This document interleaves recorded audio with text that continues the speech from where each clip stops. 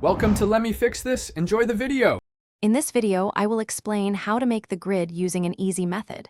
This technique is fantastic for achieving accurate proportions and placement in your artwork. It breaks down any complex image into smaller, more manageable sections, making the drawing process much less intimidating. We will start by carefully preparing your reference image, ensuring it is ready for the next steps. This foundational step is crucial for success. First, take your reference image and draw a grid directly onto it. You can use a ruler and a fine point pen to create precise squares, perhaps 1 inch by 1 inch or 2.5 centimeters by 2.5 centimeters. Ensure your lines are straight and evenly spaced across the entire image. Labeling your rows with numbers and columns with letters will help you keep track of each section as you progress. Accuracy here saves time later. Next, transfer that exact grid onto your drawing surface.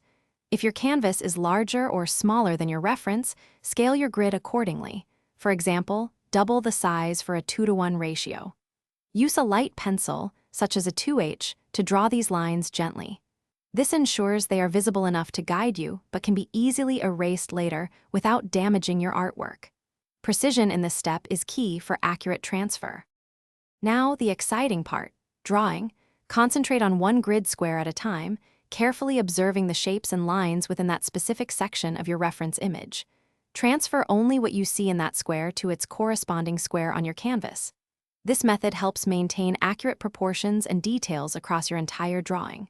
Once your artwork is complete, gently erase all your grid lines, revealing your finished piece. Enjoy the process.